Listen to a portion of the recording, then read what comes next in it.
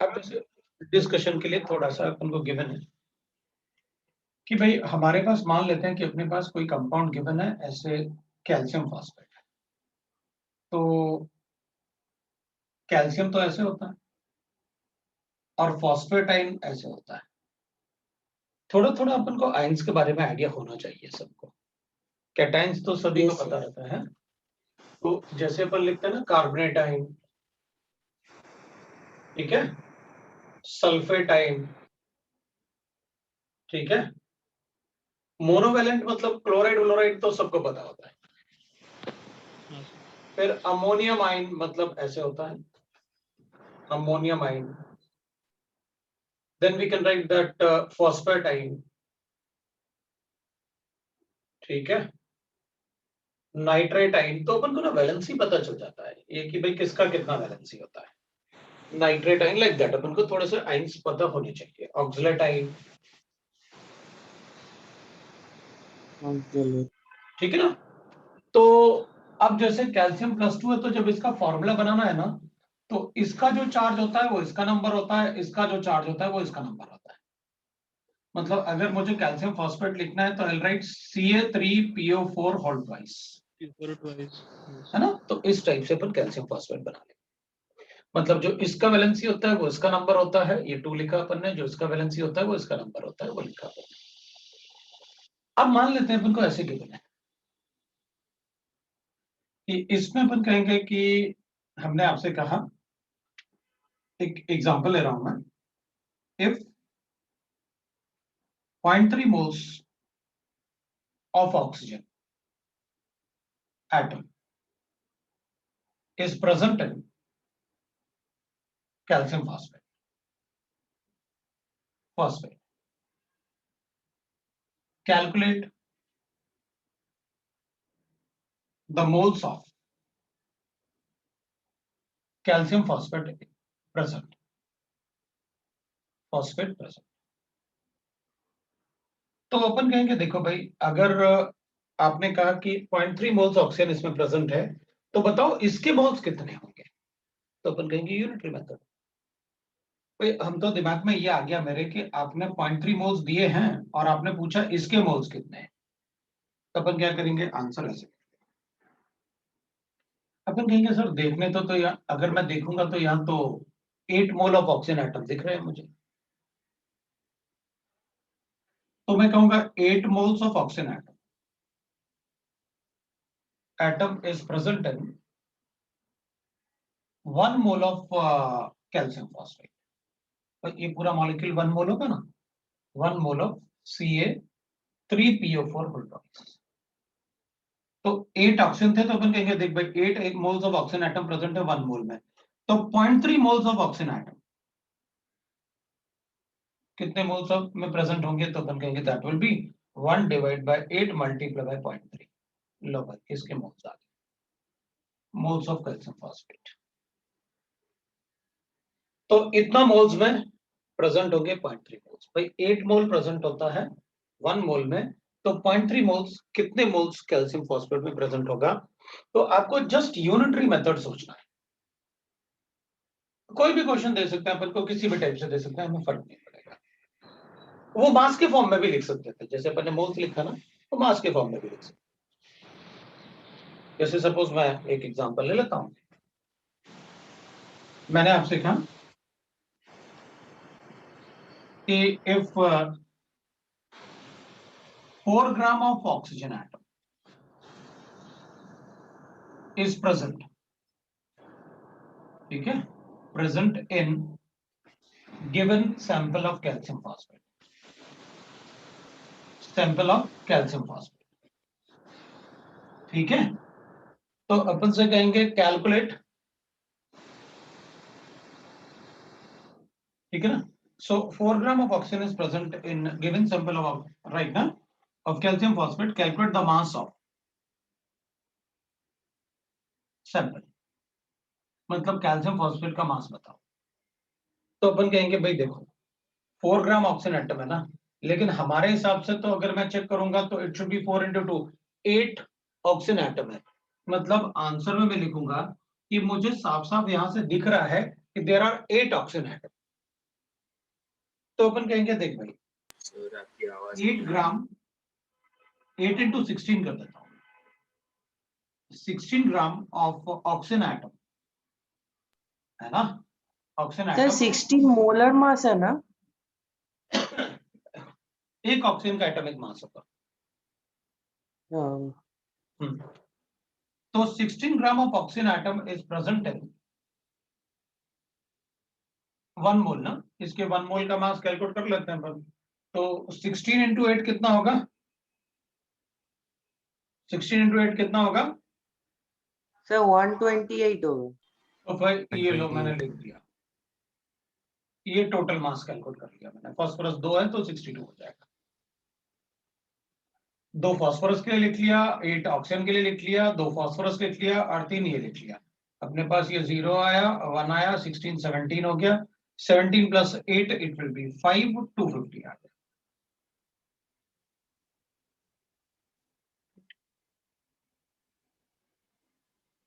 देखो जरा, everybody got it ना? तो अपन क्या करेंगे, तो अपन कहेंगे इन 250, तो इतना ग्राम मतलब इसमें से 128 ग्राम जो है oxygen that is present in 250 gram of the sample, 250 gram of calcium phosphate, calcium phosphate. ठीक है, देयरफॉर 4 ग्राम कितने में प्रेजेंट होगा वो बताना है अपन को। ये एक यूनिटरी मेथड जो है अपन को हमेशा पता होना चाहिए। लो भाई इतने ग्राम में प्रेजेंट है कैल्शियम फॉस्फेट, बता देंगे। तो इस टाइप से अपन को मासेस, इस टाइप से अपन को डील करना होगा related to any sample given to us in terms of moles or in terms of masses. ठीक है, तो सर बोलो सर आप ये पूरा वापस एक्सप्लेन कर सकते हैं? क्यों, अब क्या हो गया?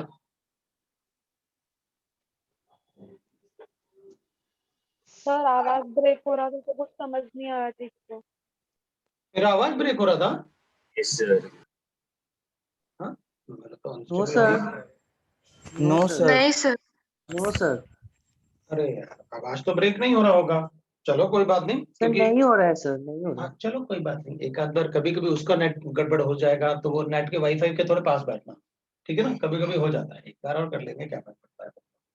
देखना अपन को मतलब कोई भी मतलब कंपाउंड गिवन हो सकता है अपन को।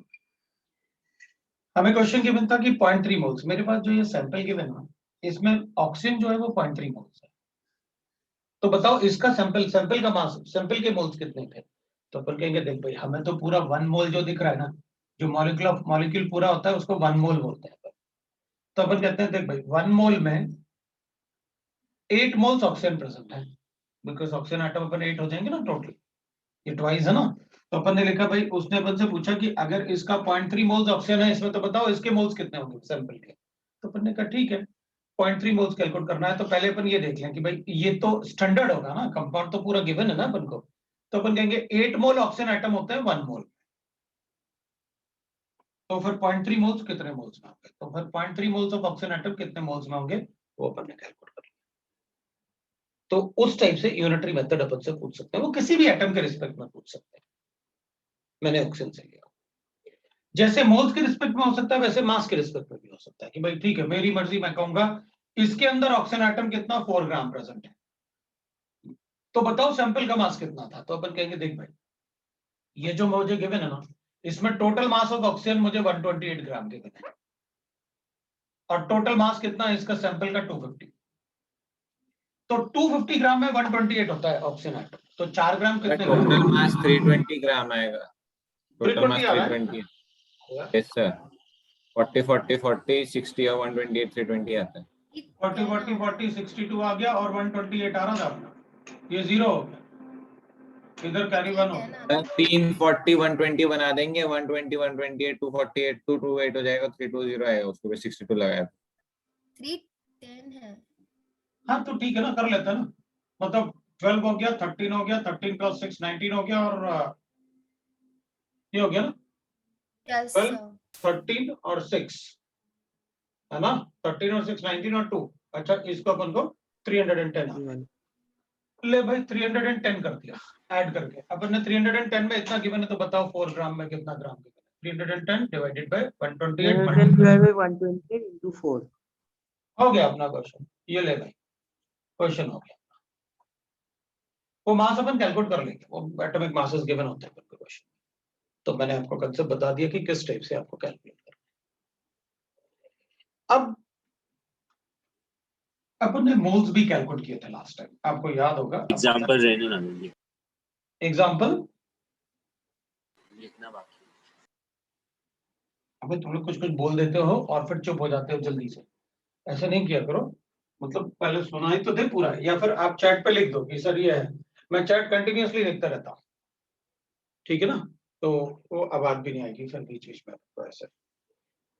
अच्छा ठीक है, मैंने आपको लास्ट टाइम बताया था, जो लास्ट टाइम अपन ने खत्म किया था, इस टाइप के भी अलग अलग टाइप के क्वेश्चन हो सकते हैं।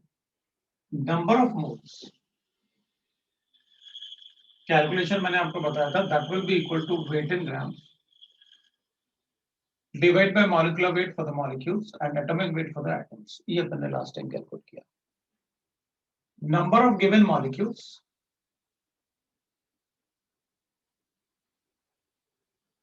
divided by Avogadro Na, Avogadro constant.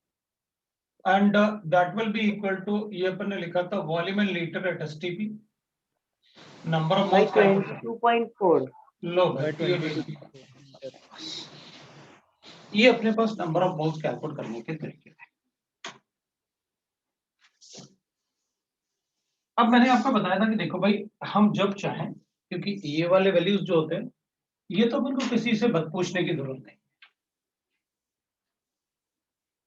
अगर मुझे ऐसे गिवन है, एक एग्जांपल ले लेता हूं मैं, calculate number of molecules of CO2 present in 5.6 litre at STP।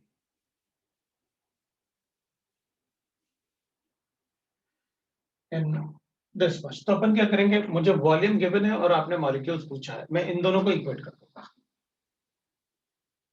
मैं आंसर लिख लूंगा, मैं लिखूंगा number of molecules divide bye Avogadro number, मुझे पता है 6.023 into 10⁻23 इज इक्वल टू, मुझे 5.6 गिवन है, डिवाइड बाय 22.4। तो मेरे पास आ गया, therefore number of molecules will be equal to,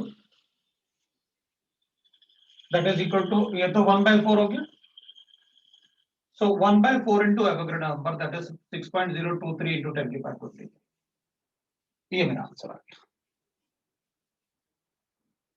calculation के लिए मैं ये वाले पार्ट को हटा दूंगा, तो 6 ले लूंगा सीधा, ज्यादा फर्क नहीं पड़ता उससे। तो 3/4 आ जाएगा तो 2/3 हो जाएगा, 1.5 into 10⁻23 आंसर बता दूंगा। मतलब this will be nearly 1.5 into 10⁻23 answer. इतना मॉलिक्यूल्स होता है, ये आंसर बता दूंगा। सर क्वेश्चन में मोल्स पूछा था कि मॉलिक्यूल्स पूछा था?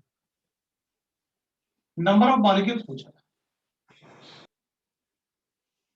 तभी तो इक्वेट किया। बोला तो मैंने मॉलिक्यूल्स ही था। चलो वो सब, वो शॉर्ट फॉर्म लिखने की आदत है ना। तो कैलकुलेट द मास ऑफ,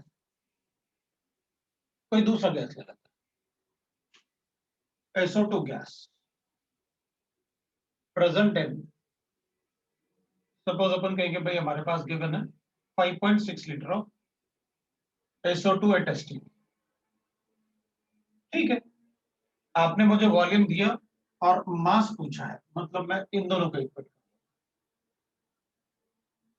अब अगर अपन इन दोनों को इक्वेट करेंगे तो अपन को पता है क्या करना है, आंसर लिखेंगे अपन। तो answer will be, that is, अब आपने वेट पूछा है तो वेट इन ग्राम कर लूंगा, डिवाइड करूंगा molecular weight, that is SO2 का मॉलिक्यूलर वेट 64 है, that will be equal to 5.6 divided by 22.4 होगा, ये तो 1/4 होता है। therefore I'll get that weight in gram is equal to 1/4 into 64, so we got that answer 16 gram। Upon answer calculate करके बता सकते, मतलब जब चाहे अपन नंबर ऑफ मॉलिक्यूल्स गिवन होंगे तो मैं ऐसे भी कैलकुलेट कर सकता हूं। Calculate the volume of SO3 gas at STP if the given number of molecules of SO2 is 3 into, we can write that 3.015 ऐसे कर सकते हैं into 10 to the power of 20। ठीक है, अब आपने मुझे नंबर ऑफ मॉलिक्यूल्स दिया और वॉल्यूम पूछा है, तो इन दोनों को फिर इक्वेट कर लूंगा। आंसर आ गया मेरे पास 3.015 into 10 की power 23 divide by 6.023 into 10 to the power of 23 is equal to volume पूछा है और ये 22.4, ये तो कैंसिल हो गया 1/2, so we'll get that therefore volume will be equal to that is 11.2 liters। ये लगाया, तो ये तो कैलकुलेशन बड़ा इजी होगा, आपने सब लोग कैलकुलेट भी कर सकते हैं। आई डोंट थिंक मतलब कोई ऐसे होगा जो कैलकुलेट नहीं कर पाएगा। कभी कभी मुझे ऐसा भी गिवन हो सकता है,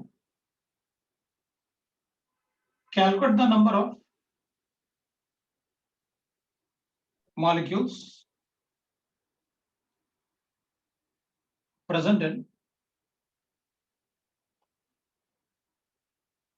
50 ml of H2O2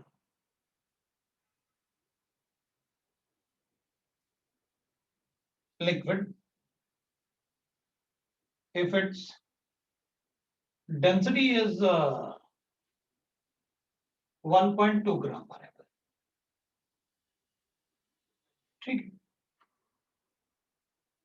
तो अपन कह के नंबर ऑफ मॉलिक्यूल्स चाहिए, तो divide by Na we know that, और अगर मुझे वॉल्यूम और डेंसिटी गिवन है तो मैं मास कैलकुलेट कर सकता हूं। तो density is equal to mass अपन वॉल्यूम, ये अपन को पता था।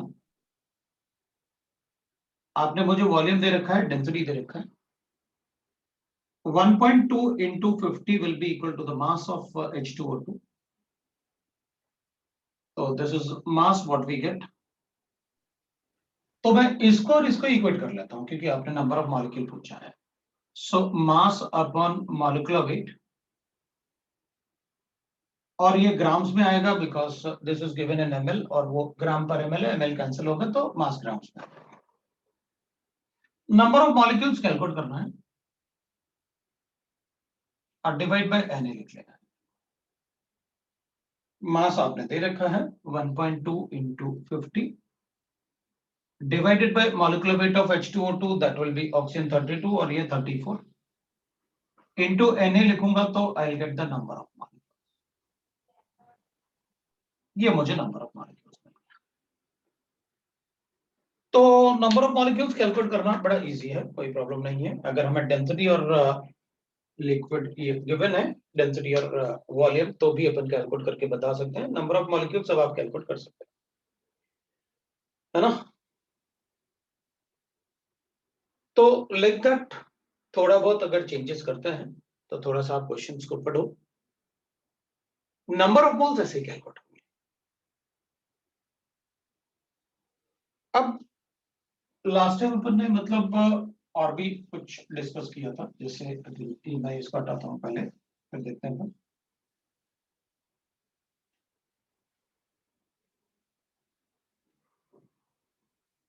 तो केमिस्ट्री में जो भी कैलकुलेशंस होते हैं वो मोल्स के थ्रू ही कैलकुलेशन होते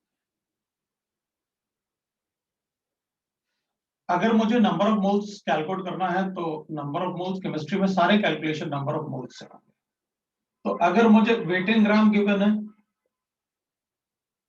तो मैं डिवाइड करूंगा मॉलिक्यूलर वेट से, तो नंबर ऑफ मोल्स आ जाएगा। अगर मुझे नंबर ऑफ मॉलिक्यूल्स गिवन है तो मैं डिवाइड करूंगा Na से, तो भी मेरे पास नंबर ऑफ मोल्स हो जाएगा। और अगर मुझे वॉल्यूम एट एसटीपी गिवन है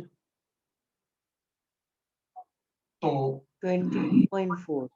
एट एसटीपी गिवन है तो मैं डिवाइड करूंगा 22.4 से, तो भी मेरे पास नंबर ऑफ मोल्स आ जाएगा। अगर मेरे पास नंबर ऑफ मोल्स गिवन है ना किसी भी फैक्टर से, और मुझे वॉल्यूम कैलकुलेट करना है, तो मैं मोल्स को किससे मल्टीप्लाई करूंगा? अगर मुझे नंबर ऑफ मोल्स गिवन है और मुझे वॉल्यूम कैलकुलेट करना है, तो मैं नंबर ऑफ मोल्स को किससे मल्टीप्लाई करूंगा? 22.4 से। तो अगर नंबर ऑफ मोल्स गिवन है, वॉल्यूम कैलकुलेट करना है, तो आप मल्टीप्लाई कर लो 22.4 से।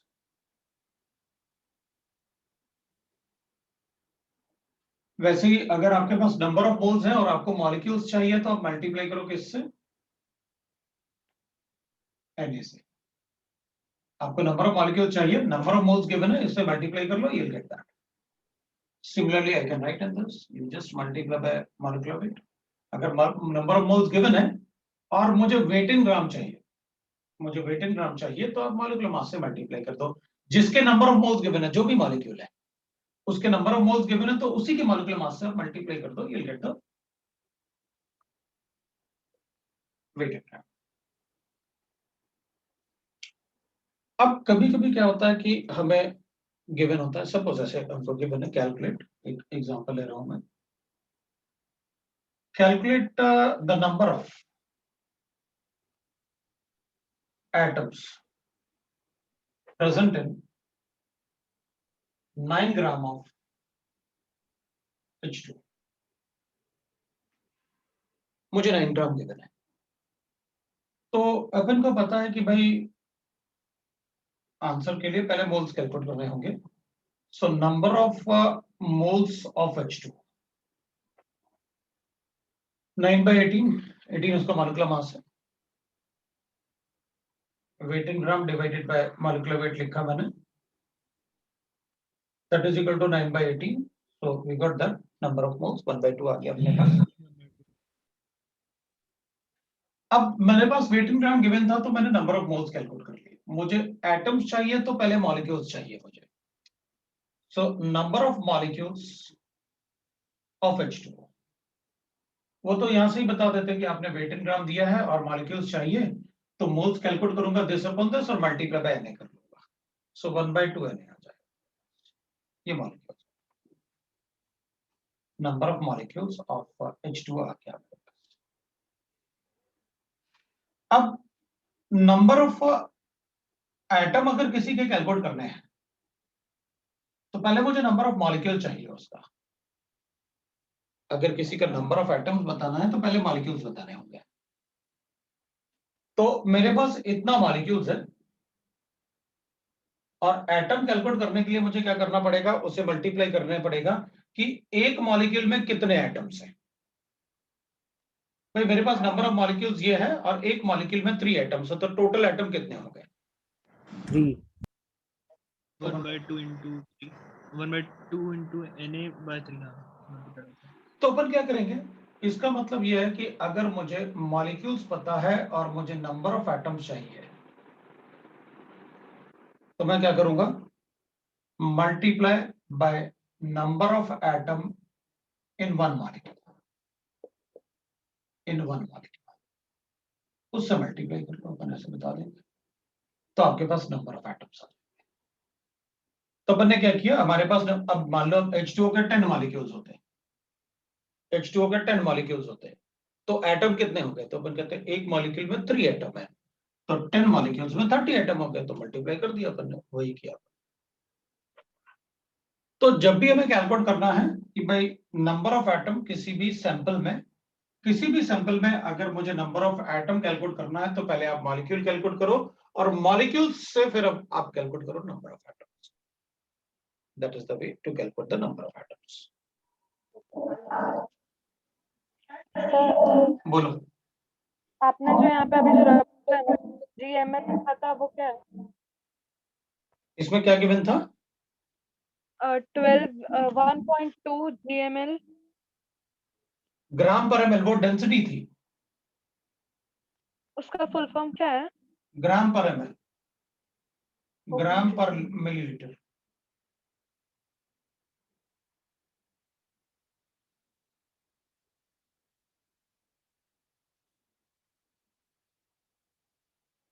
ठीक है, तो we are able to write like that. तो अपन क्या करेंगे, एक दूसरा एग्जांपल लेते हैं। तो calculate the number of atom present in, तो मैं एक एग्जांपल आपको देता हूं, आप कैलकुलेट करके बताना मुझे। Calculate number of atoms present in 5.6 liter of CO2 at ST.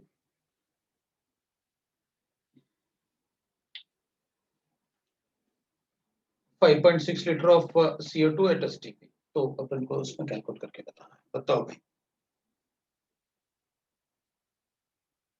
अब आपके पास ये गिवन है और उधर पहुंचना है, यू नो दैट।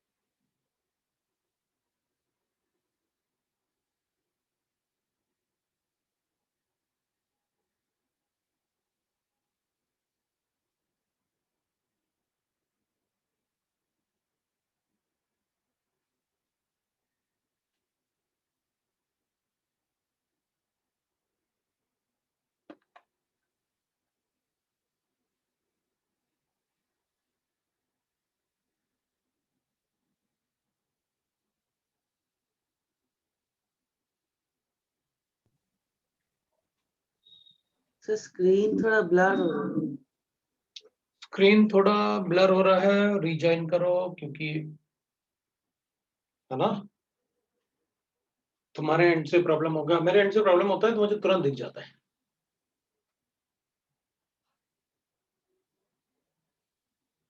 तुरंत मतलब मुझे वो डन सर। डन ना, तो आंसर बोलो। सर 1/4 Na 1/4 Na into 3 आना चाहिए यार, हाँ sir 1/4 into Na multiplied by 3 है ना, क्योंकि 1/4 Na तो मॉलिक्यूल्स होंगे, अपन को एटम हाँ बताना है। एटम 6 into 3 हाँ पक्का? 3 Na/4। हाँ तो ठीक है, हम लोग भी वही करें, चलेगा। तो नंबर ऑफ मोल्स की बात करते हैं बेटा अपन, है मोल्स हो जाएगा volume in litre divide by 22.4, that is 5.6 divide by 22.4, that is 1/4, है ना। नंबर ऑफ मॉलिक्यूल्स आ जाएगा, क्योंकि नंबर ऑफ मोल्स आ गया अपने पास, वॉल्यूम था, नंबर ऑफ मोल्स कैलकुलेट करना है तो इससे डिवाइड करके इससे मल्टीप्लाई कर दिया, तो नंबर ऑफ मॉलिक्यूल्स आ गया मेरे पास, that is equal to 1/4 into n। अब एक मॉलिक्यूल में 3 एटम है, तो नंबर ऑफ एटम आ जाएगा, जितने मॉलिक्यूल्स हैं उसके 3 टाइम एटम हो गए, लो भाई आ गया एटम। सर अभी नंबर ऑफ ऑक्सीजन पूछा होता तो हम लोग into 2/3 कर देते। सर मुझे समझ में नहीं आया वो 3 कैसे आया। अबे एक बात बता, तेरे पास 2 डजन बनाना है, तो बता कितने बनाना है तेरे पास। सर 24। अच्छा 24 क्यों, यहाँ तो 2 लिखा है। सर डजन मतलब 12 ना। हाँ तो मैं भी तो यही कह रहा हूँ कि एक मॉलिक्यूल मतलब 3 एटम। Okay sir. तो इतने मॉलिक्यूल मतलब कितने एटम, 3। मतलब दैट इनटू 3 चलेगा। मतलब जैसे तुमने कहा ना 2 डजन मतलब हो गया 12, मतलब आपने कहा 1 डजन 12 होता है, इसलिए 2 डजन 24 होगा। तो अपन ने कहा अच्छा आपने 2 मतलब वो 12 से इसलिए मल्टीप्लाई कर रहे हो क्योंकि डजन की बात चल रही है। तो यहाँ मैं भी तो ये कह रहा हूँ कि अगर नंबर ऑफ मॉलिक्यूल अपने पास x है तो बताओ एटम कितने हैं, तो तुम कहोगे एक मॉलिक्यूल में कितने एटम है ये बताओ। अगर मेरे पास x CO2 है तो एटम कितने हो जाएंगे टोटल, तो x CO2 मॉलिक्यूल हो गए, x मॉलिक्यूल हो गए अपने पास, तो जितने मॉलिक्यूल होंगे एक मॉलिक्यूल में 3 एटम है तो 3x एटम हो, ये लिखा। सर CO2 के मॉलिक्यूल में 3 एटम है, तो किसी भी मॉलिक्यूल के मतलब किसी भी मॉलिक्यूल के पास 3 एटम होते हैं। हाँ, मतलब डिपेंड करेगा कि भाई मॉलिक्यूल जो आप लिखोगे उसमें कितने एटम है उस मॉलिक्यूल में। भाई सर अगर इसका मतलब जनरली एक सैंपल में टोटल नंबर ऑफ एटम्स होता है number of molecules into atomicity, है ना? बिल्कुल बेटा, बिल्कुल यही बोल रहा हूं मैं। अब जैसे H2SO4 है, अब H2SO4 के एक मॉलिक्यूल में तो 3 + 7 एटम हो गए ना। तो अगर मान लो मैंने तुमसे कहा मेरे पास 5 H2SO4 है,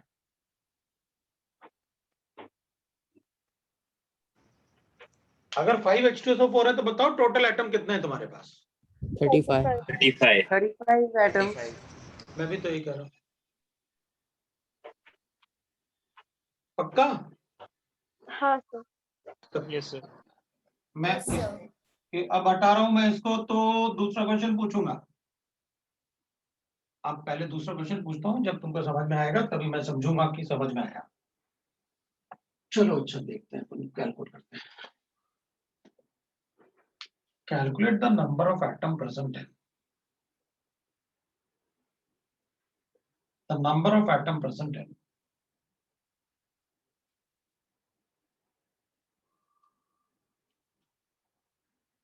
5.8 gram of butane। अब बताओ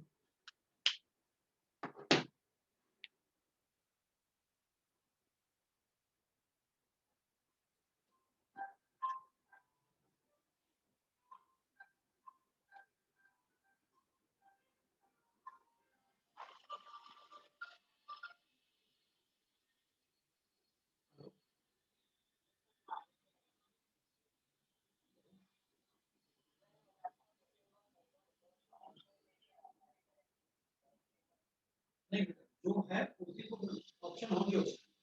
आप देख लो एक बार, कोई प्रॉब्लम नहीं है। अगर नहीं है तो वो बोनस होता है, आप चिंता मत करो। नहीं पक्का एग्जाम में बोलते हैं, ठीक है।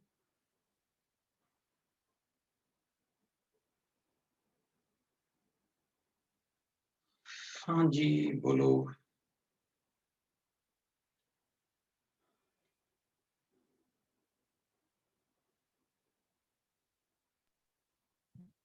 Sir Na divided by 10 into 14।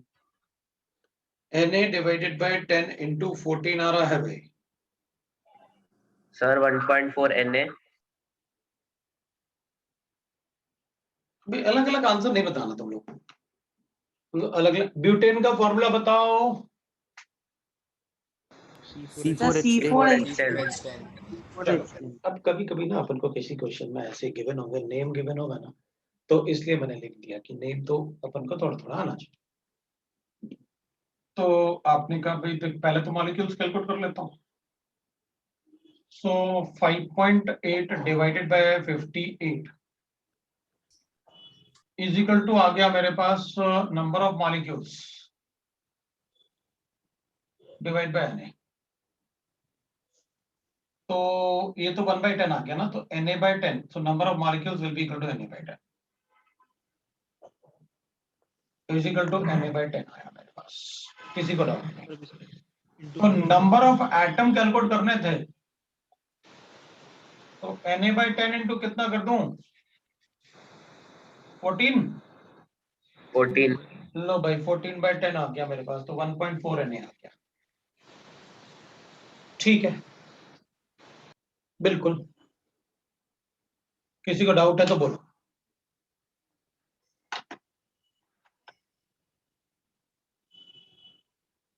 कोई डाउट नहीं। अब मैं ये वाला पार्ट हटा रहा हूं, सर बोलो।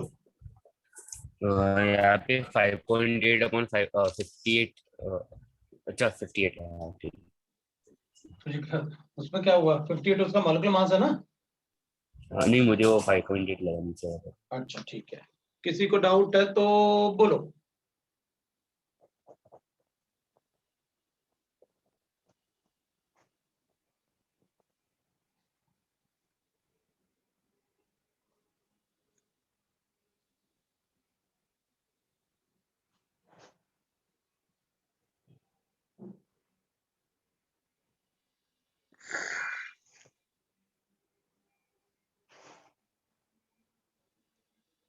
तो मुझे बताना है कि भाई किस में सबसे ज्यादा एटम प्रेजेंट है, और मैं आपको सैंपल दे रहा हूं, ऑप्शन दे रहा हूं। ये मेरे पास ऑप्शन 1.8 ग्राम ऑफ ग्लूकोज, फिर मैं लिख लेता हूं that is 1 gram molecule of H2O, फिर मैं लिख लेता हूं that is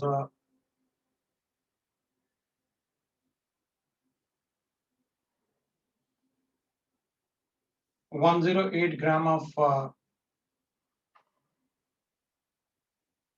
gram atom of silver,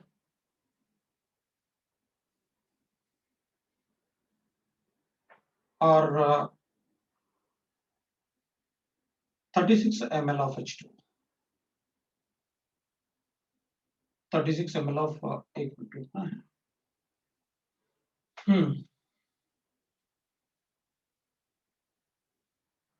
68 ml of H2O2 of density is equal to 1 gram per ml. अब डेंसिटी मेरी मर्जी, मैं कुछ भी दे सकता हूँ because depending on the temperature मैं डेंसिटी को वेरी कर सकता हूँ। अब यहाँ पर थोड़ा सा प्रॉब्लम आएगा कि ग्लूकोज का फॉर्मूला C6H12O6, मॉलिक्यूलर वेट भी मैं बता देता हूँ क्योंकि इतने बार पढ़ाऊंगा ना कि सारा कुछ याद हो ही जाएगा अपन को। एटॉमिक वेट ऑफ सिल्वर 108 ही होता है, और H2O2 का एटॉमिक वेट तो 34 ग्राम अभी बताया था आपको मैंने। Atomic weight of H2O2 molecular weight ना, एटॉमिक वेट किसका, मॉलिक्यूलर वेट ऑफ H2O2 34 होता है, और H2O 18 होता है, वो आपको पता है, मुझे बताने की जरूरत नहीं। चलो भाई, किस में सबसे ज्यादा नंबर ऑफ एटम प्रेजेंट हैं ये बताना है।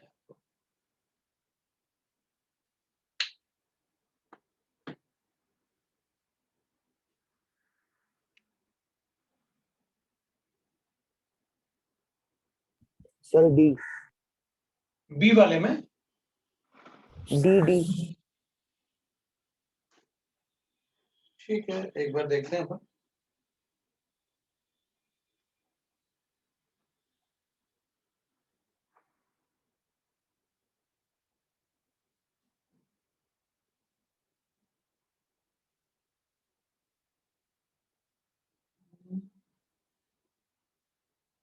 और टाइम देता हूँ, मतलब सबको कर लेने देते हैं अपन, फिर उसके बाद चेक कर लेते हैं, इसलिए वेट कर रहा हूँ।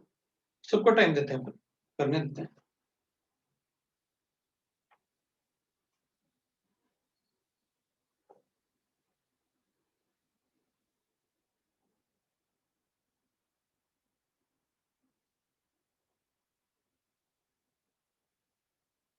मैं इसमें कैलकुलेट कर लूँ नंबर ऑफ एटम, तो 1.8 डिवाइड बाय 180 ये तो हो जाएंगे मोल्स, और मल्टीप्लाई बाय Na हो जाएगा मॉलिक्यूल्स।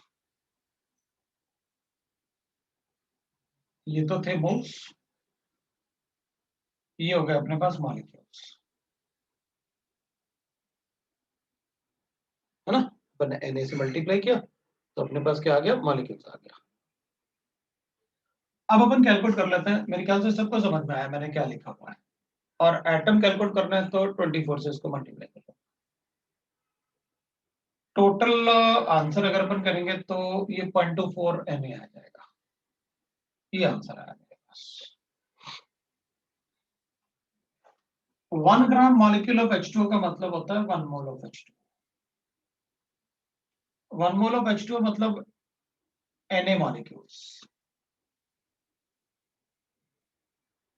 और Na मॉलिक्यूल्स का मतलब होगा कि एक मॉलिक्यूल में 3 एटम है तो 3 Na आ जाएगा।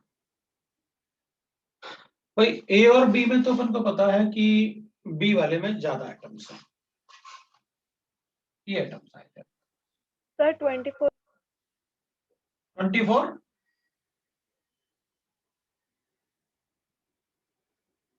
बोलो। सर फर्स्ट वाले में 24 क्या सर 1 ग्राम मॉलिक्यूल मतलब number of molecules in 1 mole है ना sir? Moles is equal to हो गया, रुक जाओ 1.8 डिवाइडेड बाय 180 मोल्स आ गया। पक्का, इसमें कोई डाउट नहीं था।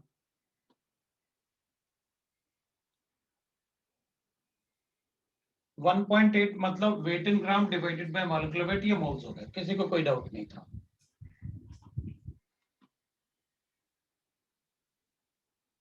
तो मोल्स को अगर मॉलिक्यूल्स में कन्वर्ट करना है तो मल्टीप्लाई करना होता है Na से, तो 180 इंटू Na मॉलिक्यूल्स आ गया। मॉलिक्यूल्स में एटम में कैसे कन्वर्ट करते हो मॉलिक्यूल्स को एटम में?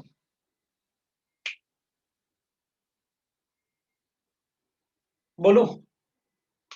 Multiply by number of atoms in the molecule.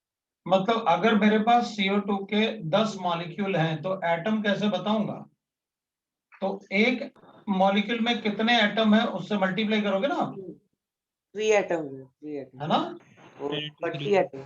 तो 30 एटम हो जाएंगे ना अगर 10 मॉलिक्यूल्स हैं तो। Yes sir. 3 कहां से आया? एक कार्बन और 2 ऑक्सीजन से। तो सर वो 3 Na एटम्स कैसे आया? कहां पर लिख देता हूँ, रुको। बी वाला वो 3 थोड़ी आएगा सर। फिर क्या कितना आएगा? आएगा? 1/6 Na एटम्स आएगा ना? हाँ सर, मेरा भी Na/6 ही है। Yes sir. Na/6 आएगा ना? रुको, मैं ऐसा नहीं लिखूंगा। मुझे लगा कि अब तक तुम लोगों को समझ में आ गया होगा। अभी रुको, मैं एक एक सॉल्व करके दिखाता हूँ। तुम लोग शायद कंफ्यूज हो रहे होगे कि मैं देखो एक को सॉल्व करता हूँ। मैं स्टेप बाय स्टेप सॉल्व करता हूँ, वैसे डायरेक्टली नहीं लिखता। जैसे डायरेक्टली लिखा मुझे लगा तुम लोग मतलब उसको सामने तो लिखा हुआ है। भाई वेट से कैसे कैलकुलेट करते हैं? Moles, number of moles of glucose, weight in gram divided by molecular weight. Weight in gram is 1.8 divided by 180, उसका मॉलिक्यूलर मास। मोल्स आ गए तो मुझे मॉलिक्यूल्स चाहिए तो Na से मल्टीप्लाई करना होगा, तो number of molecules of glucose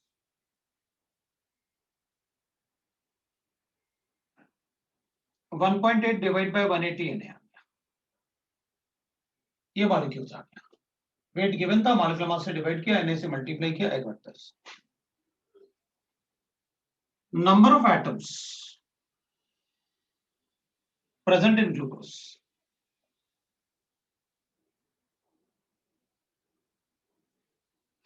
तो मेरे पास नंबर ऑफ मॉलिक्यूल्स थे that is 1.8 divide by 180 into Na। ये मॉलिक्यूल्स हैं और एक मॉलिक्यूल में 24 एटम्स हैं। ये ग्लूकोज का मॉलिक्यूलर फॉर्मूला है। एक मॉलिक्यूल में 24 एटम्स है, तो इतने मॉलिक्यूल्स में कितने एटम होंगे total? This number into multiply by 24। ये आया। तो मैंने यही तो लिखा था 1.8 into divide by 180 multiply by Na multiply by 20। तो सर ये वाला तो समझो। दूसरा चेक करते हैं।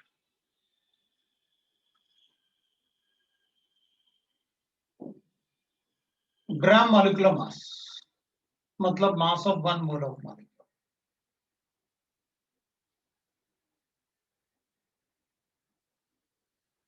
that is equal to 1 gram molecule of substance.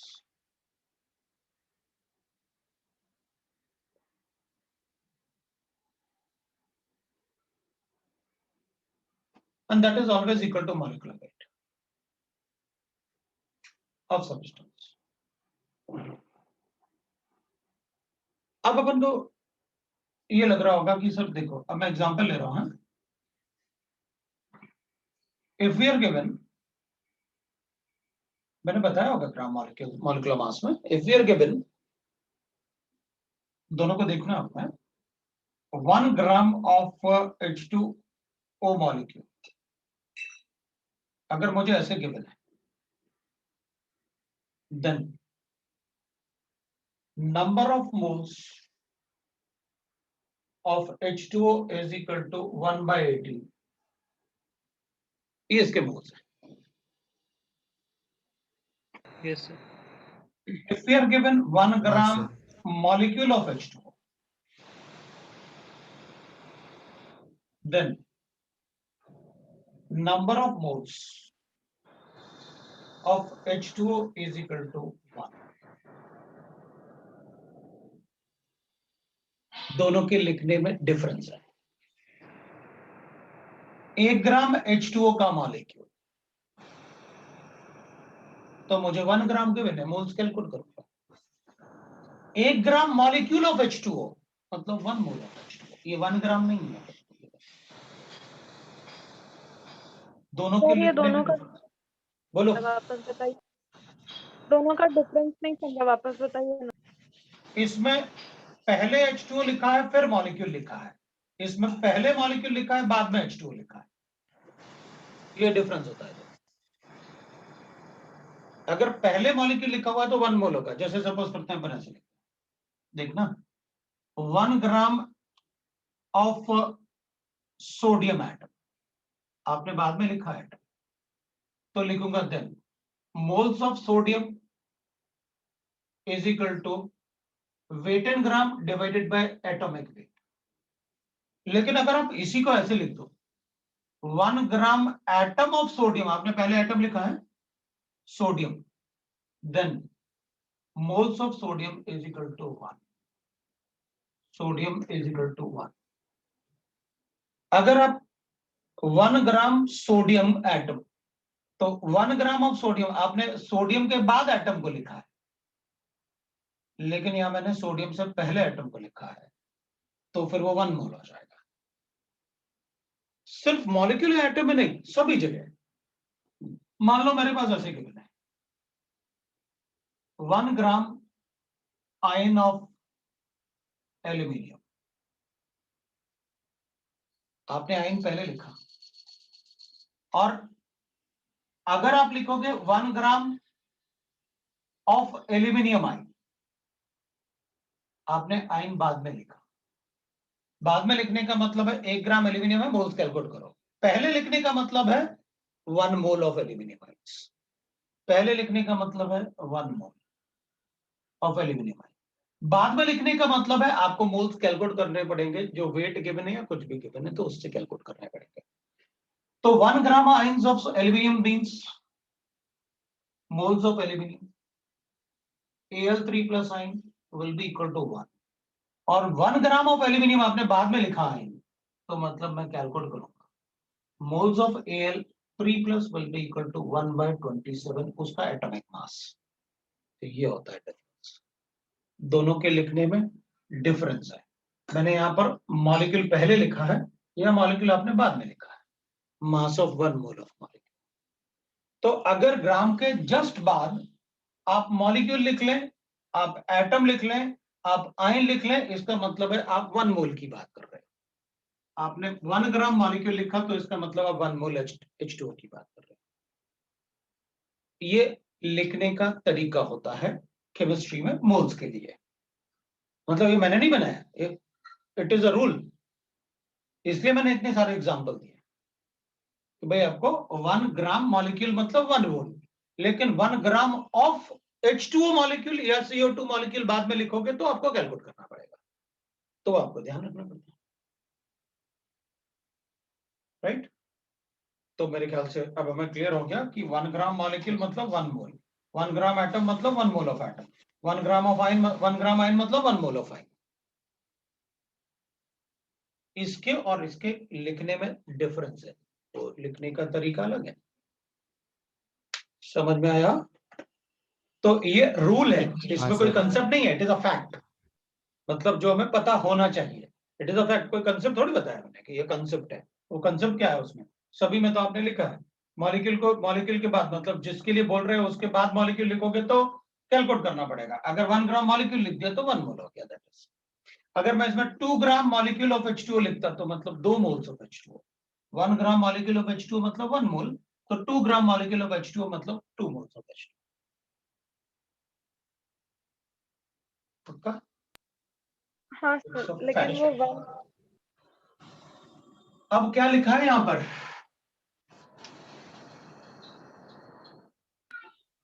Sir One- 3 ही आएगा। हाँ बेटा अपन देखते हैं ना, ऐसे कर लेते हैं। 1 gram molecule of H2O is equal to 1 mole of H2O, है ना? तो 1 मोल ऑफ H2O, देयरफॉर अगर मोल्स ऑफ H2O 1 है तो Na से मल्टीप्लाई करते हैं, तो number of molecules of H2O 1 Na। Is equal to Na। हाँ 1 Na लिख लेते हैं या Na लिख लेते हैं, इसे लिख लेते हैं। अब बताओ आपके पास Na के बराबर H2O के मॉलिक्यूल्स हैं, तो एटम कितने होंगे? 3 Na।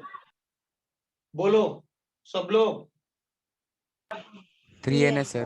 The number of atoms in a molecule of the substance into Na लो भाई, into मैं इसको हटा दूं इस वाले पार्ट को। हाँ सर। ठीक है, Yes, the sir. 3 into Na. तो 3Na लिख दूं उसको, H2O के एटम्स को।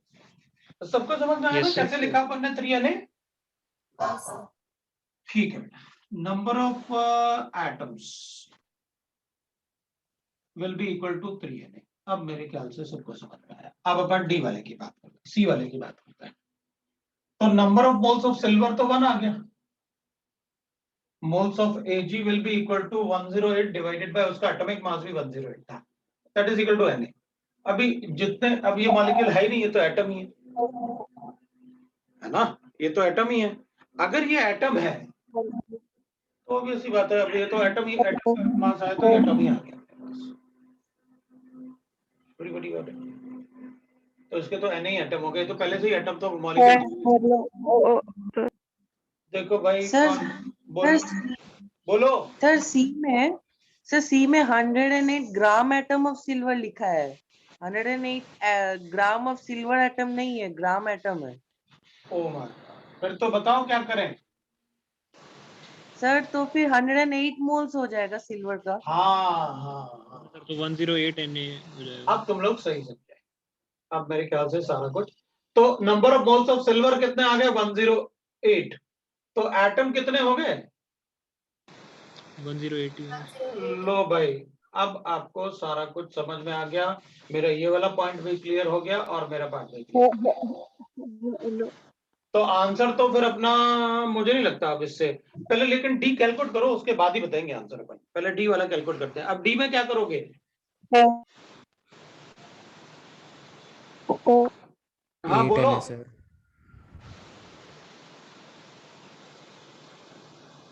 मास कैलकुलेट कर लें? सर 68 ग्राम। लो भाई 68 ग्राम आ गया, तो मोल्स कितने हो गए? 68/34 2। तो मॉलिक्यूल्स कितने हो गए? Sir 2 into Na 2 Na। और एटम्स कितने हो गए? सर 4 into 2 into Na लो भाई सर क्लियर। स्क्रीन ब्लर हो गया। 8 Na। अब कोई कुछ बोल रहा था, मतलब ऐसे ना, किसी को डाउट है तो बोलो।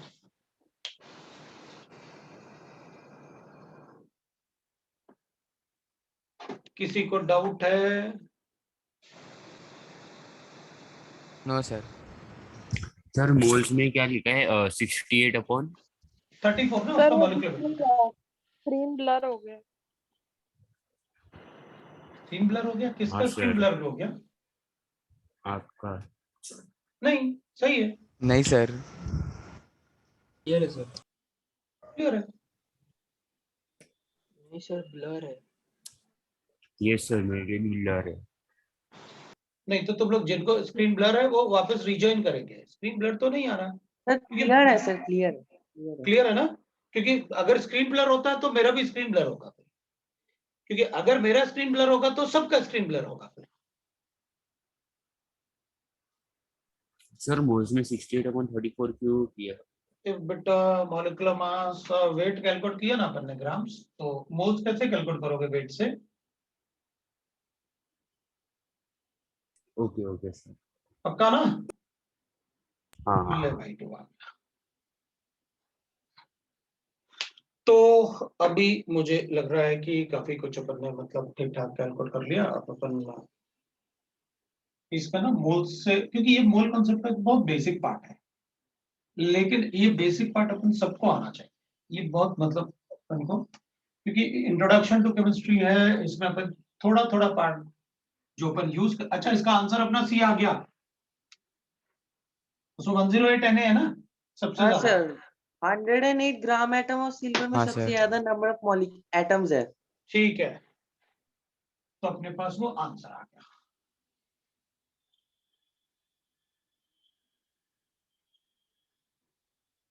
ठीक है, अब अपन चेक कर सकते हैं। मान लो अपने पास अब कुछ प्रैक्टिस भी कर सकते हैं क्वेश्चन का, या अपन आगे भी बढ़ सकते हैं। प्रैक्टिस के लिए आप लोग खुद, मतलब मैंने काफी कुछ आपको बताया, अब मैं आपको होमवर्क दूंगा, उस होमवर्क से आप ट्राई करो, और फिर नहीं आएगा तो मैं बताऊंगा। कुछ क्वेश्चंस ऐसे भी होंगे जो क्वेश्चंस में मतलब केमिस्ट्री है ही नहीं, उसमें बस थोड़ा सा अपन को कॉमन सेंस यूज करना है, तो उस टाइप के क्वेश्चंस आप सॉल्व करोगे। तो देखेंगे अपन। ठीक है, अब अपन बात करते हैं थोड़ा गैसेस के बारे में। ठीक है ना, तो अपन उसमें पढ़ लेते हैं gas laws. So gas laws, और उसमें अपन पढ़ेंगे ideal gas equation.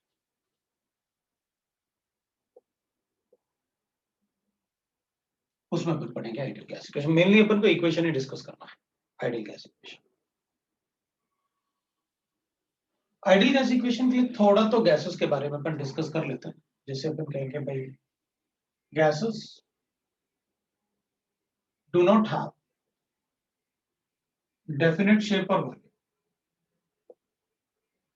And volume, क्योंकि गैसेस जिस कंटेनर में फिल्ड होते हैं, जिस कंटेनर में रखा हुआ है, वही उसका शेप होगा, वही उसका वॉल्यूम भी होगा।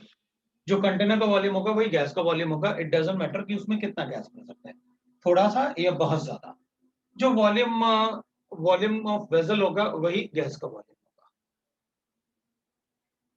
तो अपन लिखेंगे that is do not have any definite shape और volume but has definite mass. Definite mass, gas का मास तो होता है, वो अपन को पता है। अगर जैसे कुकिंग सिलेंडर है तो खाली होता है तो अपन बड़ी जल्दी उठा लेते हैं, लेकिन भरा हुआ नहीं उठा पाते, बड़ा मुश्किल होता है इसको।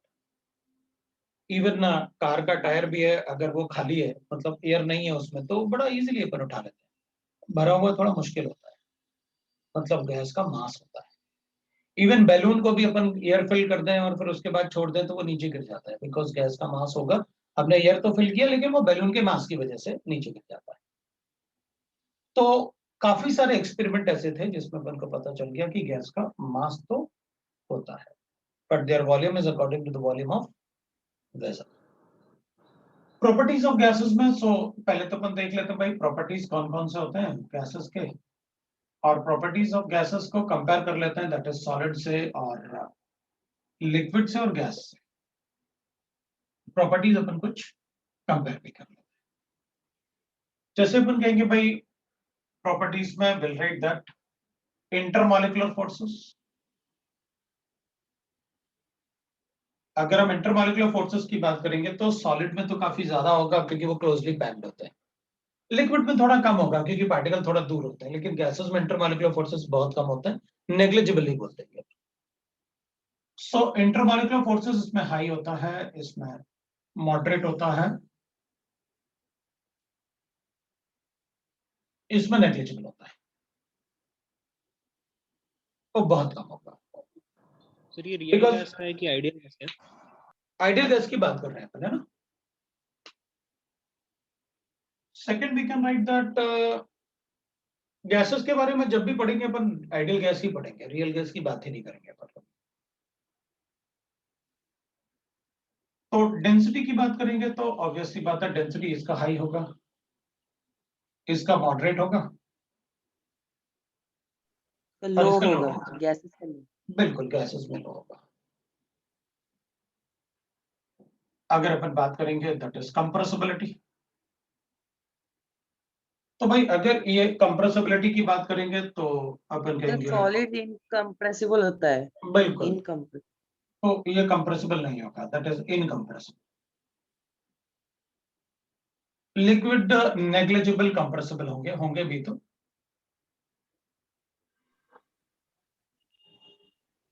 बट दे आर हाईली तो गैस कंप्रेसिबल है। वो कंप्रेस कर सकते हैं, जैसे बैलून वगैरह को भी अपन कंप्रेस कर लेते हैं। अगर हम थर्मल एनर्जी की बात करेंगे तो will write that thermal energy मतलब अगर गैसेस होंगे तो उनकी एनर्जी हमेशा ज्यादा ही होती है। व्हाई इट इज सो, जैसे ये सॉलिड है, इसको एनर्जी दोगे तो मेल्ट होके लिक्विड में जाएगा, और एनर्जी दोगे तो गैसियस स्टेट में जाएगा।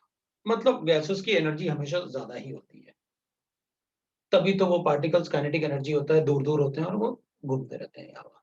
सॉलिड में तो क्लोजली पैक्ड होते हैं तो उनकी एनर्जी कम ही होती है। जो क्लोजली पैक्ड होते हैं ना, उनकी एनर्जी हमेशा कम होती है। तो सॉलिड की एनर्जी कम होगी, they will have moderate thermal energy, but they will have high thermal energy. क्यों सर? अच्छा बता, मेरे पास सॉलिड है, इसको गैस में कन्वर्ट करना है तो एनर्जी देनी पड़ेगी या इससे एनर्जी मिल जाएगी अपन को गैस में कन्वर्ट करना है तो?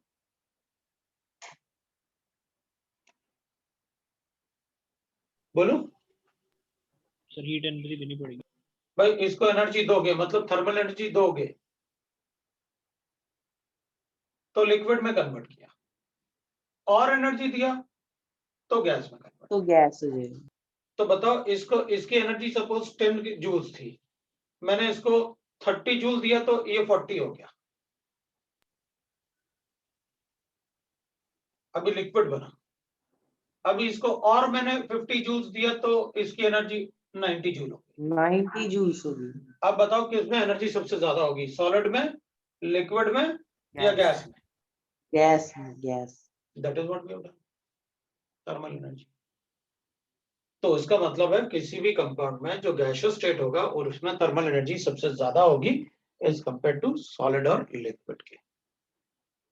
तो गैसेस की थर्मल एनर्जी हमेशा ज्यादा होगी as compare to solid and liquid. तो that's why we have written by कि देखो थर्मल एनर्जी सबसे ज्यादा इसमें होगा, this is solid, this is liquid, this is gas. सबसे ज्यादा थर्मल एनर्जी गैसेस में।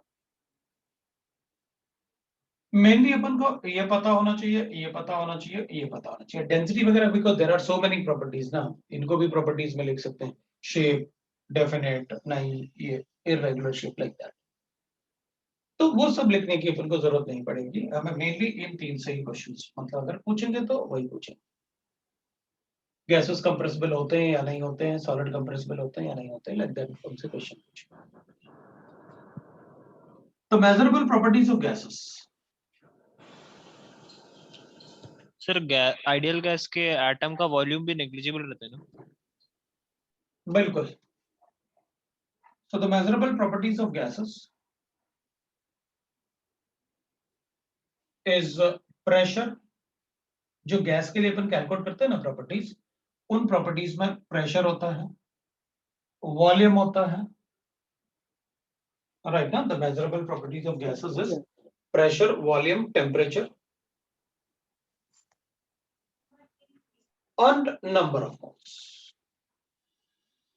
अब इधर भी नंबर ऑफ मोल्स आ रहा है, इसलिए अपन को ये पढ़ना पड़ रहा है, बिकॉज नंबर ऑफ मोल्स अपन पढ़ रहे हैं ना, मेनली अपन मोल्स से डील कर रहे हैं इंट्रोडक्शन टू केमिस्ट्री में, बट यहाँ पर भी नंबर ऑफ मोल्स आ रहा है और अपन प्रेशर, वॉल्यूम, टेम्परेचर से भी डील करेंगे। तो किसी भी गैस के लिए जो मेजरेबल प्रॉपर्टीज होते हैं वो प्रेशर होता है, वॉल्यूम होता है, उसका टेम्परेचर होता है, नंबर ऑफ मोल्स।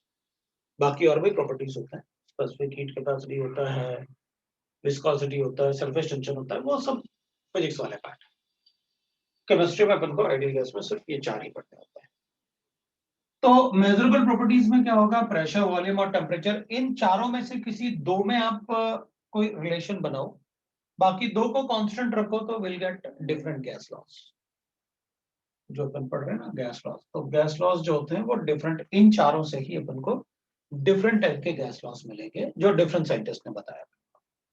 बट उससे पहले अपन एक बार क्या करते हैं, इनके यूनिट्स की बात कर लेते हैं कि भाई इनके यूनिट्स क्या क्या होंगे, वो देख लेते हैं। तो यूनिट्स की बात कर लेते हैं क्योंकि यूनिट्स भी अपन को जरूरी होगा। तो यूनिट ऑफ अपन वॉल्यूम ले लेते हैं, वॉल्यूम के यूनिट से शुरू कर लेते हैं। Volume, unit of volume metre. तो वॉल्यूम के यूनिट में अपन लिखेंगे जैसे अपन लिखते हैं ना 1 लीटर, तो 1000 ml होता है लाइक दैट। तो ऐसे ही अपन कहेंगे 1 metre cube is equal to 1000 litres होता है। 1 decimetre cube is equal to 1 litre होता है। ठीक है, और 1 centimetre cube is equal to 1 millilitre. ये होता है।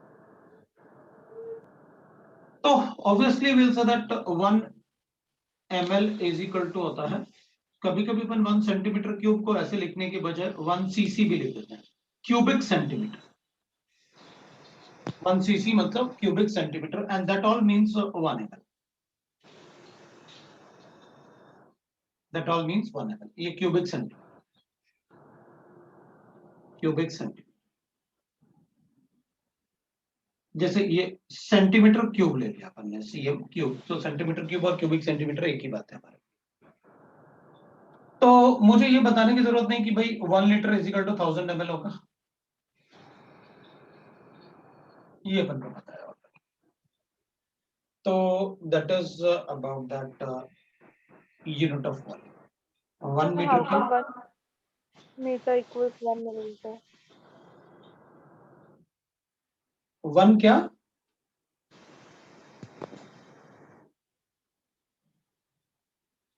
क्या पूछा आपने?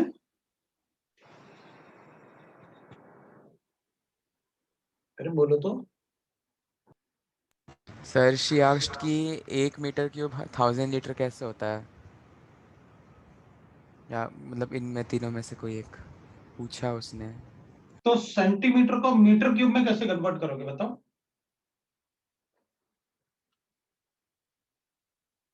One metre into 1 metre into 1 metre, 100 into 100 into 100।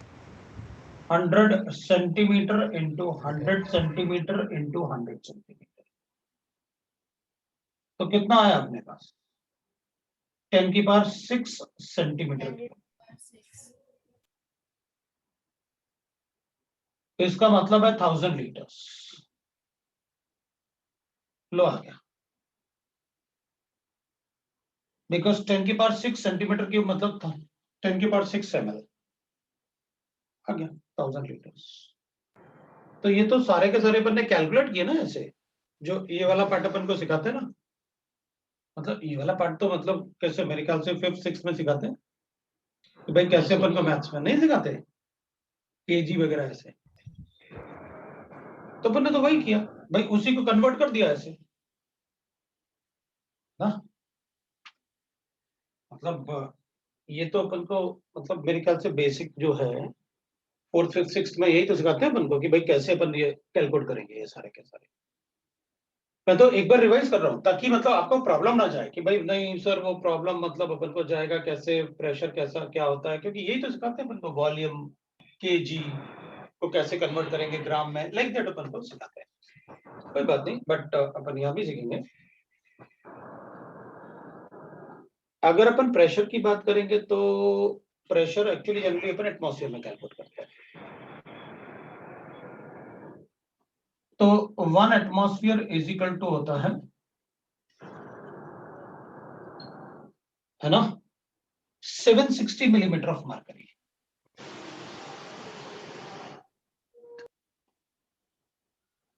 ठीक है ना।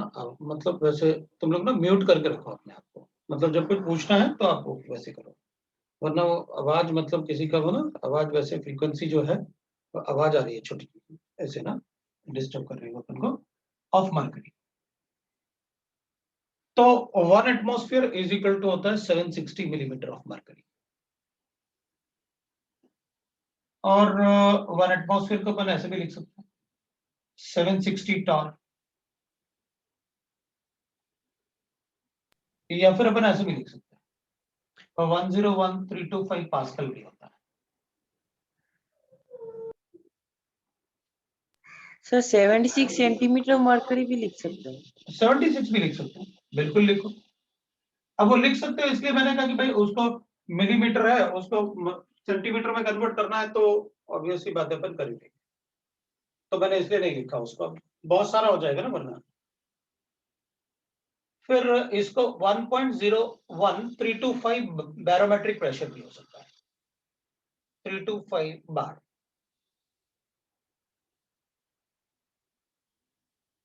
टॉर भी हो सकता है, पास्कल भी हो सकता है, मिलीमीटर ऑफ मरकरी भी हो सकता है, सेंटीमीटर ऑफ मरकरी भी लिख सकते हैं। सो 1 एटमॉस्फेयर इज इक्वल टू ये हो जाएगा। मतलब इसमें अगर अपन चेक करेंगे तो एटमॉस्फेयर ही सबसे बड़ा यूनिट होगा प्रेशर का, और सबसे छोटा पास्कल, क्योंकि 1 एटमॉस्फेयर बहुत बड़ा नंबर आ रहा है ना पास्कल में। तो ये फिर ये फिर ये फिर ये इस टाइप से फिर बता सकते।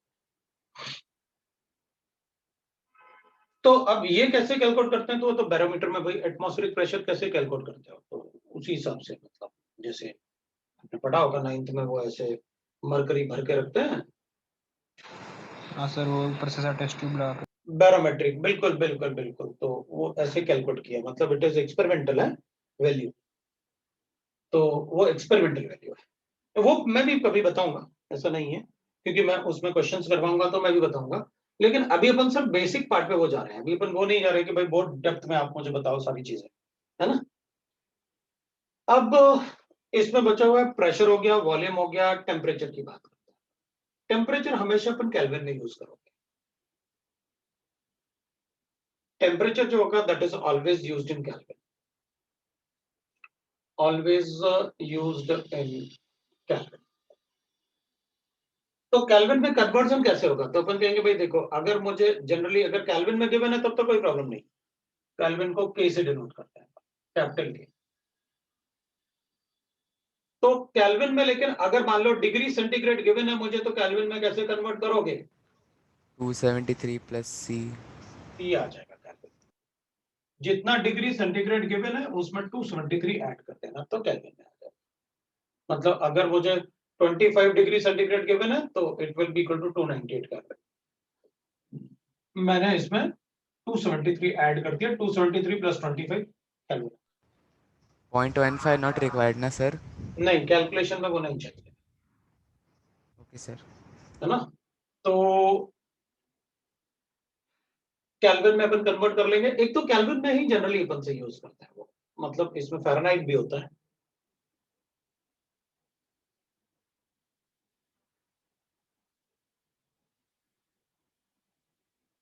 फ़ारेनहाइट वैसे अपन को यूज नहीं करना होता है, डिग्री फ़ारेनहाइट। तो उसमें अपन लिखते हैं भाई डिग्री सेंटीग्रेड जो होता है डिवाइड बाय 5 करेंगे और f माइनस 32 डिवाइडेड बाय अपन इसको 9 कर लेंगे, तो ये अपने पास आ जाएगा डिग्री सेंटीग्रेड। और फिर डिग्री सेंटीग्रेड को अपन कन्वर्ट करेंगे केल्विन में, तो अपन कैलकुलेट करके देख सकते हैं अगर जरूरत पड़े तो। वैसे कैलकुलेशन के लिए अपन ऐसे बोल सकते हैं, जैसे बॉडी टेम्परेचर है ना, उससे भी मैं बता सकता हूँ। Body temperature is 38 degree centigrade, 37 degree centigrade, and that is equal to 98 Fahrenheit. ये होता है अपने बॉडी का टेम्परेचर। जैसे अपन से कहते हैं आज बुखार है, 102 बुखार है, 102 का मतलब क्या है, मतलब वो फ़ारेनहाइट में कैलकुलेट कर रहे हैं। फ़ारेनहाइट। नॉर्मल बॉडी टेम्परेचर कितना, तो मुझे ना कभी अगर मुझे फ़ारेनहाइट में कन्वर्ट करना है, मैं ये फॉर्मूला याद नहीं रखता, मैं तो इससे कर लेता हूँ। मेरा बॉडी का टेम्परेचर 37 डिग्री सेंटीग्रेड है और 98 फ़ारेनहाइट है, तो बताओ x डिग्री सेंटीग्रेड कितना फ़ारेनहाइट होगा, कैलकुलेट करके बता देता हूँ। 98 by 37 into x। हाँ, तो अपन वैसे अपन कैलकुलेट कर लेंगे, मेरा मतलब है कि उसको याद रखने की। लेकिन हाँ, इक्वेशन पूछ लिया तो क्या करोगे फिर कि बताओ फ़ारेनहाइट और डिग्री सेंटीग्रेड का रिलेशन बताओ इक्वेशन में, फिर अपन फंस जाएंगे। फिर तो अपन को ये चाहिए, तो वो फ़ारेनहाइट में यूज करेंगे, that is a Fahrenheit, right. और ये जो Hg है ना, ये Hg ये मरकरी होता है, इट इज अ सिंबल, जैसे सोडियम होता है ना, सोडियम इज Na, तो ये लिक्विड मरकरी है, ये Hg मतलब मरकरी। जैसे सिल्वर होता है ना, वैसे ही मरकरी भी होता है, ठीक है ना।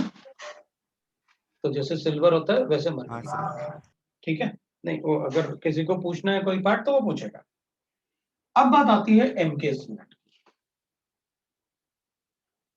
एमकेएस होता है सीजीएस होता है। एमकेएस का मतलब मीटर, किलोग्राम और सेकंड, ये सेंटीमीटर, ग्राम और सेकंड्स, मेरे ख्याल से सभी को पता है। मीटर, किलोग्राम एंड सेकेंड, और ये हो जाएगा सेंटीमीटर, केजी और सेंटीमीटर, ग्राम एंड सेकेंड्स, वो अपन को पता है। हम most of the calculations MKS unit में करते हैं, तो ये मीटर वाला जो पार्ट होगा ना वॉल्यूम के लिए, दैट इज एमकेएस यूनिट। और दिख ही रहा है, मीटर की बात करनी है अपन को, तो ये एमकेएस यूनिट है इसका। कभी कभी अपन से पूछ लेते हैं कि what is the MKS unit of that. इसमें pascal is MKS unit. Pascal को अपन शॉर्ट फॉर्म में पीए लिखते हैं, is MKS unit of pressure. MKS unit of pressure is pascal. फिर ऐसा यूनिट है also पास्कल। हाँ, मतलब पहले तो ऐसा यूनिट होते थे ना जो फ्रांस में अब वो कहानी बहुत सारी होती है ना, वो छोटी क्लासेस में कहानी अपन को बहुत पढ़ाते हैं। पहले मतलब कहाँ बने थे यूनिट, ये सब फ्रांस ने बनाए थे, बाद में उन्होंने मतलब ऐसा यूनिट बनाए थे, बाद में उन्होंने कहा कि भाई ऐसा यूनिट से सारी चीजें सॉल्व नहीं हो रही, तो उन्होंने दो टाइप में डिवाइड कर दिया कि एमकेएस एंड सीजीएस। तो उन्होंने सारे के सारे ऐसा यूनिट को किस में कन्वर्ट कर दिया, एमकेएस। तो जनरली जो एमकेएस यूनिट होते हैं वो ऐसा यूनिट भी होता है। तो उस टाइप से वो सारी कहानियां हैं। वो कहानियां का कोई मतलब तो होता नहीं है, क्योंकि अपना सिलेबस इतना वास्ट है कि अपन अगर कहानियों में जाएंगे तो हो गया अपना काम, ठीक है ना। तो अपन को बहुत टाइम लगेगा। तो टू द पॉइंट, और अपन जिसमें डाउट है वो अपन कर लेंगे। तो ये अपने पास एमके, इसलिए मैंने उसको एमकेएस यूनिट बताया आपको। इसमें ऐसा कुछ भी नहीं है, आप सीधा ऐसा यूनिट बोलो या एमकेएस यूनिट बोलो, हम इसको केल्विन में ही यूज करेंगे। मोल्स का तो कोई यूनिट होता नहीं है, मोल्स तो अपन को पता है क्या क्या होता है। तो मोल्स इज यूनिटलेस, ये अपन को पहले से पता है, क्योंकि मोल्स इज अ नंबर। जैसे 1 डजन होता है 12, वैसे ही 1 मोल होता है, कितना होता है 1 मोल? 6.0222 10 to the power 23। बिल्कुल, एवोगैड्रो नंबर के बराबर होता है 1 मोल। तो फोर्थ अपन लिखेंगे, मोल्स की बात करेंगे अपन, number of moles of gas, number of moles is unitless. क्यों? वो तो रेशियो होता है, so number of moles n will be equal to weight in gram. आप ये भी लिख सकते हो molecular weight, number of molecules divide by Na। आपकी मर्जी, आप जो चाहे लिखो, वो अपन को पहले से पता है। Volume litre STP divided by 22.4, वो लिखो तब भी हमें फर्क नहीं पड़ता। V इन लीटर 22.4, तब भी आप जो मर्जी चाहे लिखो, नंबर ऑफ मोल्स अपन बता सकते हैं। अब अपन को बनाना है गैस लॉस से, क्योंकि अपने लिखा हुआ है कि भाई measurable properties of gases generally ये 4 होते हैं। इन चारों में से किसी दो में रिलेशन बनाओ और दो को कांस्टेंट रखो, तो आपको डिफरेंट गैस लॉस मिलता है ना। तो किसी दो में रिलेशन बनाते हैं, बाकी दो को कांस्टेंट रखते हैं, तो will get different gas laws. So gas laws देखते हैं अपन, और गैस लॉस से फिर अपन आइडियल गैस इक्वेशन बनाएंगे। इसको भी हटा सर वो क्या कहां पर moles, number of number of moles is a unitless property. जो मोल्स होते हैं वो यूनिटलेस होते हैं, मोल्स का कोई यूनिट नहीं होता है, ठीक है ना। सो the measurable properties are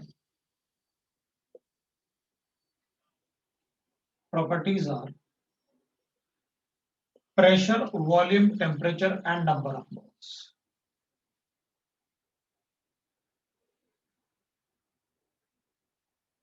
By forming relation between any two,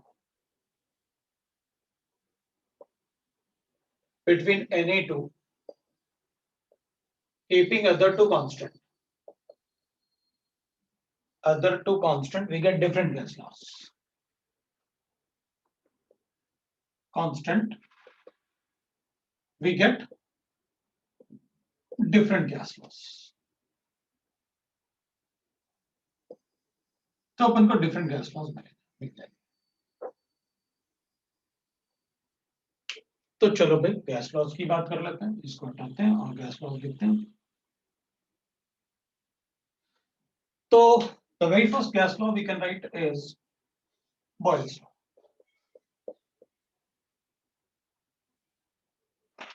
तो Boyle's law actually it is a relation between the pressure and volume. तो number of moles generally constant ही होता है. तो अपन क्या कहेंगे, टेम्परेचर का कांस्टेंट लिखना है मुझे. Boyle's law होता है at constant temperature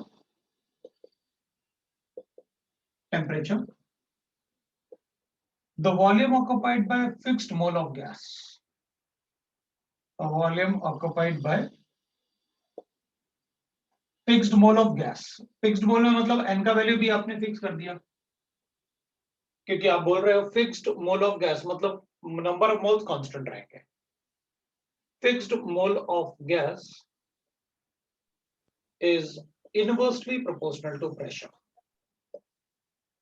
Inversely proportional to pressure.